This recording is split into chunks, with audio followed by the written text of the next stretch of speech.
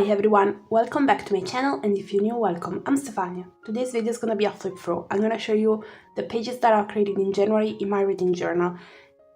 And I'm also gonna go through the yearly pages that have been updated with all the books that I've read in January.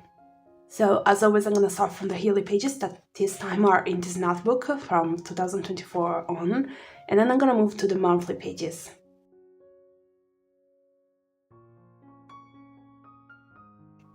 The first thing is the cover page. Then I have my bookshelf, and I've colored the books that I've read in January. I haven't read a lot of books, but it's perfectly fine. As I said in my previously videos, this year my goal is 50 books, so it's perfectly fine. I'm already ahead my, let's say, monthly expectation for books. And as I said in my flip through this here, I've decided to change the colors, and I'm already loving it. I can't wait to go home to see this page getting more color.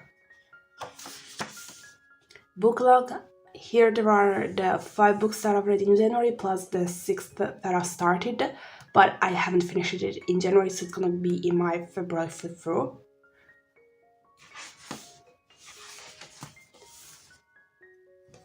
Reading tracker. In January, I've read a little bit each single day, which is amazing, and as you can see, I've changed the colors here as well, and I like it. It's definitely better because I can see them better, while last year they were so similar one to another that sometimes it was hard to understand something just by looking at the colors. I really had to read the numbers, but this year it's really different and I'm loving it. So I managed to read for the 1 month and I'm so happy. Who knows, maybe I'm gonna manage to reach my goal this year again, which is reading a little bit each single day. It doesn't matter how many pages or for how long I'm gonna read. The important is to find even just a few minutes to open up a book and read. These are the 5 books that I've read in January. You're gonna notice one thing in my monthly pages. There's gonna be only 4 spreads, and this is because for the non-fiction one I've decided not to create a spread. This is how I'm feeling for this year. If they're non-fiction, I don't know, I don't feel the need of creating a spread. So this is why you're gonna see only 4, but I'll actually read 5 books.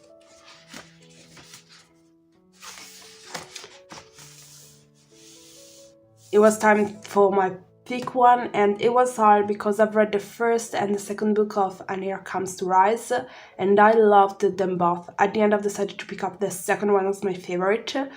I'm obsessed with this series. I'm just a little bit disappointed because in Italy I can't keep on going on because I started the series in Italian and there are only the first 2 books out. So I'm really waiting for the third one to come out. I probably should have started it in English, yes, because I've been looking at it for so long and I wanted to read it even before the first one came out in Italy, but then, you know, other books were already there and got, let's say, a priority. But I can't wait for it to come out. So my favorite book, and this year I said I would have put them here randomly, so not in order, so it wouldn't be January, February, and so goes on, and who knows who's gonna win. Favorite books, I've just said that there are the first and second of the series, and Here Comes to Rise, which both got 5 stars. I love them. My monthly reads for January.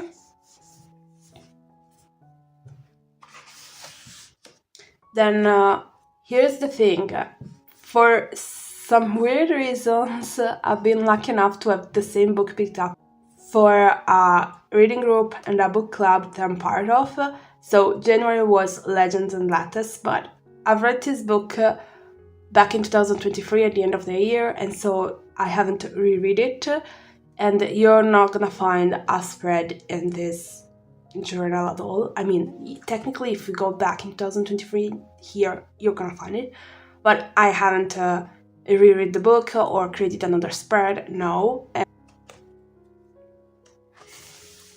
Series tracker, The only things that changed is I've finished Letters of Enchantment, so I've read the second one, and nothing else changed. Technically, it changed because I've started a new series now that I'm looking at it, but I haven't updated it. Bingo, I've managed to read a book with more point of views, a book with more than 300 pages but less than 600 pages, a fantasy, and a non-fiction. I would say that at the beginning of the year it's always easy to fill in a lot of stuff. The more you go on, the harder it is. Storygraph challenge, I've read 5 books in January, and so I've colored 5 of them, and my goal for this year is 50, so I'm perfectly fine with 5 books. Then there are my challenges. My alphabet challenge for title of book and author. It's not that bad, but again, I'm not expecting to finish this one. I just know it. There's gonna be a certain point in which all the books will start with the same letter. I just know it happened last year, and I know it's gonna happen again, but I'm perfectly fine with it.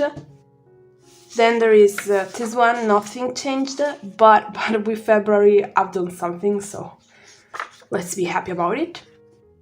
January challenge, I read a fantasy and a non-fiction.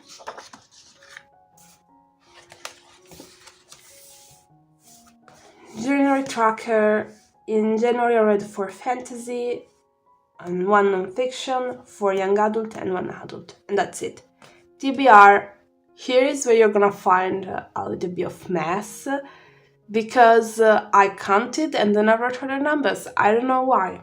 Don't ask, because I don't know it either. Anyway, I started the year with 12 books, so there were 12 books in my TBR at the beginning of January. I've had it so above 2 more books, but I've read 4, and at the end of the month I had 10 books in my TBR. So February is gonna start with 10. Reading stats, I've read 5 books, 1 ebook and 4 physical books, 2050 pages, 31 days, 1 book in English, 4 in Italian, and for some weird reason I haven't updated this page. Don't ask me why. So this is everything for my yearly pages, and now I'm gonna go straight through the monthly pages. I'm gonna start from the cover page where there is, let's say, my monthly recap, which I will not talk about again, because simply there are things that I've just said in the previous pages. The only thing that I probably haven't said, that the worst book of the month for me was, this should be called The Shadows Between Us. It wasn't a lovely read at all. As always, if you want to see the Playing With Me video, it's online. You can find it in my channel. Monthly view, I've decided to keep using the same layout I've used last year because it's perfect for me. I love it. And as you can see, I think I might have found a way to actually read non-fiction. I'm gonna try to explain myself. While reading non-fiction, for some people can be amazing, it's not for me. Or better, my brain can take it for that long. Like, while on, for example, a fantasy, I can read a lot of chapters, one after another one. With non-fiction, after a little bit, my brain is like, okay, stop it. So this month I've decided to give it a try to read a non-fiction while I was reading something else. So, for example, I was reading only a chapter or 2 of that non-fiction, and then I was moving to another book. So in that way, I was still reading the non-fiction, but at the same time, I wasn't wasting a lot of time by not reading when I actually had the time to read, by reading something that I really wanted to read, if it makes sense.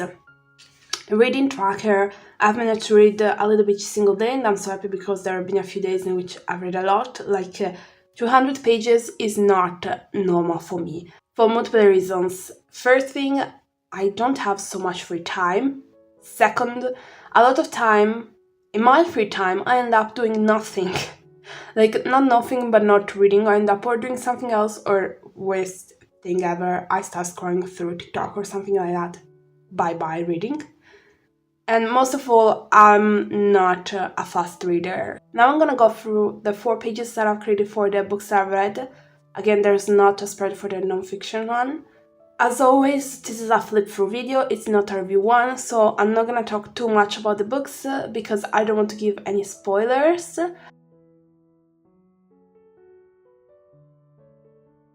First book of the year, The Shadows Between Us. It was a big no for me, 2 stars and half. It was a big disappointing. I was really disappointed by this book. When I took this book in my hand and I've read what it was about, I was so excited. I couldn't wait to read it. It was a waste of my time and my money. That's it. And I will not read the second one. I'm sorry, but no thank you. Why I'm telling you I didn't like this book? For different reasons. First of all, world building is completely missing. And you know this probably isn't a big problem, for me at least, because you know that when there's not a world building, my brain just goes on like, do it, create it for yourself. And I just do it. So I've read other books in which the world building was completely absent, but I was taken by the story or the characters, so I didn't feel that big part missing. Here there's not the world building. The characters, I couldn't stand them. This king that's supposed to be important for the story, it's a flat character. I felt nothing reading about him. Nothing at all. I just couldn't stand him anymore, basically. Alessandra, the main character, I guess that maybe the author wanted to do it, wanted to create a main character that's different from the others, so that's selfish, that's not so nice, that's only caring about herself and about what she wants, that's like, she doesn't have respect for anybody. I get it. The problem is that you failed there, because for me, this main character, I can't stand her. In multiple situations, I wanted to choke her, for real guys, I couldn't stand her. So, world building is missing, the characters are a no, the story was fine, but you didn't use it. Like, you left it there like, okay, this is the story, and I could do so much more with it, but I'm not gonna do it. And so I was really disappointed even by that. What's also missing? Enough time for the ending. The ending, you're gonna rush through it. Like, the 80% of the book is nothing, and then everything in the last, not even 20%, I would say 15-10% of the book, that's when everything happens and you don't understand how is it possible to happen it that fast. You end up being disappointed with the ending as well, because it's not well made. I'm sorry. It's just like the author couldn't do it anymore and just wanted to throw the end there and move on to another book. I'm sorry. But most of all, I'm gonna tell you what's in this book. Clothes. A lot. Because there are so many words wasted all about clothes. You're gonna find out what dress is wearing the main character. And a few lines underneath it, you're gonna find out what dress she's working on, because she creates her own dresses. Like, amazing, you love it, good. But like, if this wasn't enough, a few lines below that, 2 descriptions of 2 different dresses, there's gonna be the 3rd dress, the one that she's thinking about in her mind, the one that she wants to create after the one that she's currently creating. And then, as if this isn't enough, we're gonna even read about the dress that the other woman that's passing by is wearing. Like, no thank you. There was too much. Instead of wasting so much words, time and space for clothes, you could have used that for a world building or to create characters that are very well made. Instead, no. For me, this book was definitely a big no.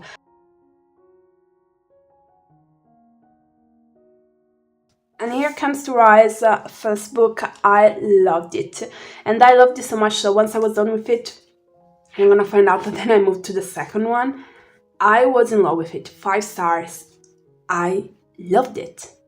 I loved the story. There was not so much happening, but knowing it's the first one of a long series, you know, it's like telling you, get ready, we're about to go into it. There's so much that's about to happen, so that you can take this book in a slow way. The story, I simply loved it. There's not a lot happening, but at the same time, knowing it's the first one of a series, I know that, of course, the author didn't want to put so much in it. I think that when people are like, because here is the thing, I've read a few reviews of the first and second book, and I would love to create a whole video about it, but I don't know if I'm gonna be able to do it. And there were a lot of people that were like, yes, I liked it and all, and a lot were really bad reviews, let's say in this way. People were like, this is boring, nothing is happening. I don't think nothing is happening. They're like, what's the point of her to do what she does? Well, if you're gonna find it all out in the first book, then why it's serious? I loved it. You're literally following Faith's story through this book. Like, okay, but why she's doing it? You're getting ready to know what she's gonna do after it. Like, it's not a pointless thing. If all the parts that some people said there's no point in writing them would have been cut out, you wouldn't understand any single thing of the book, let me tell you this. Because you would have had too many questions, you know?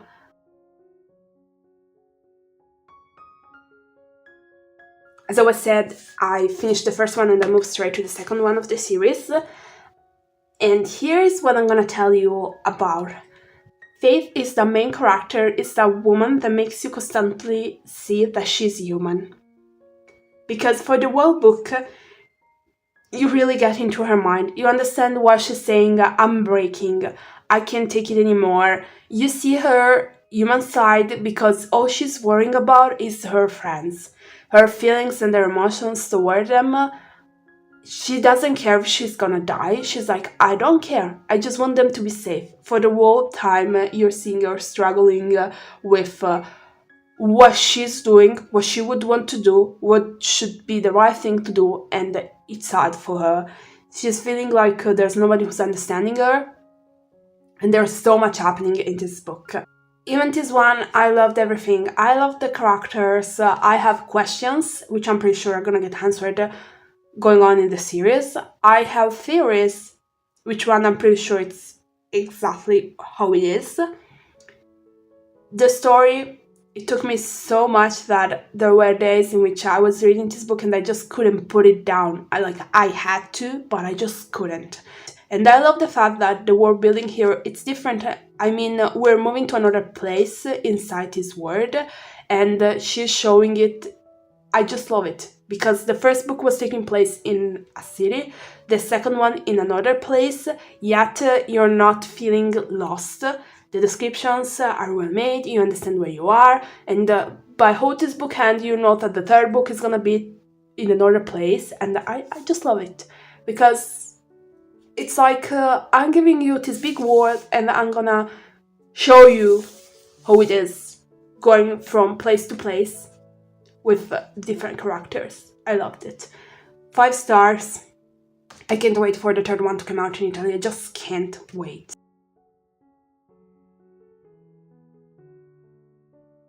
Last book of the month. This is the book that made me change the number of stars multiple times. Here's why. I love her writing style. I said it when I read the first one. I love it. So this is what made me put a very high rating on this book. Then after a few days, I started lowering and lowering and lowering and lowering. Here's why. I'm sorry, the first one was amazing. It literally prepared you for so much to happen in the second book, and here it's all missing. Now I'm gonna say a few things which are a little bit a spoiler for the first book, so if you haven't read it, probably skip a little bit, because skip this part, because I was expecting from this book, first of all, to tell me why there was the need of the wedding in the first book, because it didn't add anything to the story, neither to the characters. It wasn't a must. I just thought it's a must for the second book. It's not. It's not, according to me. I'm still telling myself, why on earth her brother did what he did at the end? Like, when I was done with the first book, I was telling myself, why Forrest didn't save them earlier? Like, why spending time, like, stalkering them, if it makes sense? And waste so much time and wait until it was too late to save them all and saved only his sister. He left there the man that he knew was her husband. Why doing it? And why not simply doing it in the first moment when you arrive there instead of spending that time looking at them? You could have saved all of them. You could have saved so many more people. Instead, no. And I'm still asking myself why. Because there's not an explanation for that. You understand from the second book why he never wrote to her, and again, I'm perfectly fine to that. But at the ending of the first book, I'm still asking why he did what he did. Why he couldn't do it just earlier. These gods, I was expecting to see so much more of them. I was expecting to see more fantasy. Instead, even here, the fantasy part is really nothing. I'm sorry. I don't know, I was really disappointed. It's boring. It's like the first one prepared you for so much more, and the second one ignored everything. After I've read this one, I was like, okay, you know what? This didn't need to be done. You could have done a single standalone with the first book. Just change a little bit the ending, or you make them both survive, or you make them both die, or you make one survive and one die. But you could have done something better. Like, leave that as a standalone. I'm sorry, I really wanted to love this book because I've loved the first one, but I just can't. The more I think about it, the more I'm like, right now I left this book with 3 stars, but I'm questioning it because my mind is like, you know, maybe 3 stars is still way too much.